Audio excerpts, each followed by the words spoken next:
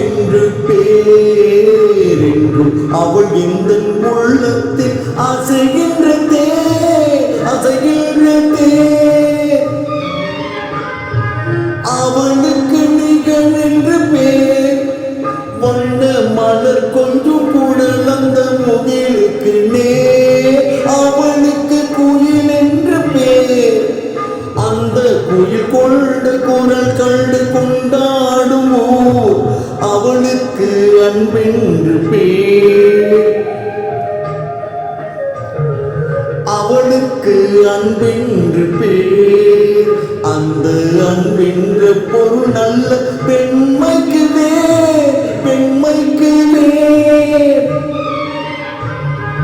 அவளுக்கும் தமிழ் என்று பேர் என்றும் அவள் இந்த உள்ளத்தில் அசைகின்றதே அசைகின்றதே.